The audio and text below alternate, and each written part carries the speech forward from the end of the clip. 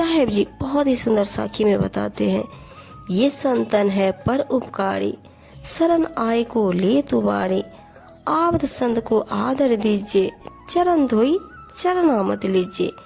साहिब का घर संतन माहे, संत साहिब कछु अंतर नाहे, कहे कबीर संत भले पधारो, युगन युगन के काज सुधारो। साहिब जी बताते हैं कि जब तुम्हारे घर संत आए तो विनम्र भाव से उनका आदर और सेवा करो, प्रसन्न मन से उनके चरणामृत लो। सदगुरु परमात्मा का निवास संतों में ही होता है। संत और सदगुरु परमात्मा में कोई अंतर नहीं होता।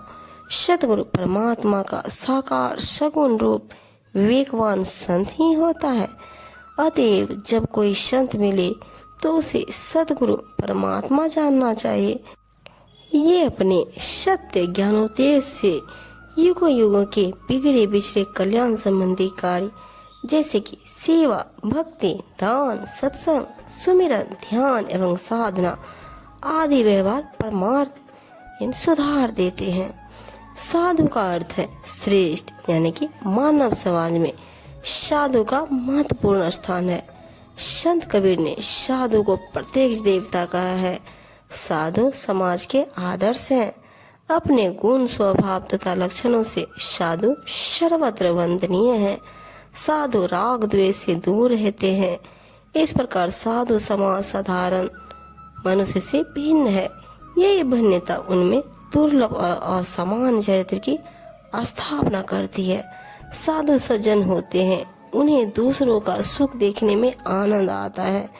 साधु स्वभाव से सरल कोमल पुष्प की भांति तन मन से निर्मल, पवित्र तथा त्याग तपस्या में अटल होते हैं। उनका संबंध किसी विशेष स्थान, वर्ण, जाति या भाषा से नहीं होता। साधु किसी भी आसक्ति बंधन में नहीं बंधते। वह सभी परिस्थितियों और समय के आघातों को सहते हुए आत्म साधना। कबीर साहब की बहुत ही सुंदर साखी है। साधु शब्द समुद्र है, जामे रतन भराए, मंद भाग मुट्ठी भरे, कंकर हाथ लगाए। साधु सार शब्द ज्ञान के समुद्र के समान है, जिसमें बहुत से सद्गुणों के रत्न भरे हुए हैं। परंतु भाग्यहीन अज्ञानी लोग ऐसे संतों के मिलने पर भी मुट्ठी भर कंकड़ ही ले पाते हैं, अर्थात उन्हें नग्न ज्ञान ही प्राप्त हो पाता है, क्योंकि वे संतों में दोष ही खोजते रहते हैं। साधु बिरच सत्यान फल, शीतल शब्द विचार, जग में होते साधु नहीं, जर मरता संसार। साहिब जी बताते हैं साधु सुखदायी वृक्ष के समान है। उनका सत्य ज्ञान ही फल रूप है और उनके शीतल शब्द सबके ऊपर छाया के समान है।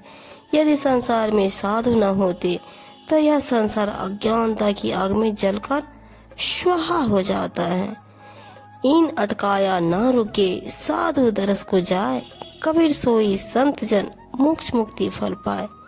कबीर साहब जी कहते हैं सांसारिक माया में डूबकर भटकना नहीं चाहिए। साधु दर्शन के लिए इन सभी बाधाओं को पार करके जाना चाहिए। कबीर जी कहते हैं वही सच्चे संत जन है और उन्हें मोक्ष यानी मुक्ति का फल अवश्य मिलेगा, अर्थात वह संसार के आवागमन के चक्र से मुक्त हो जाएंगे।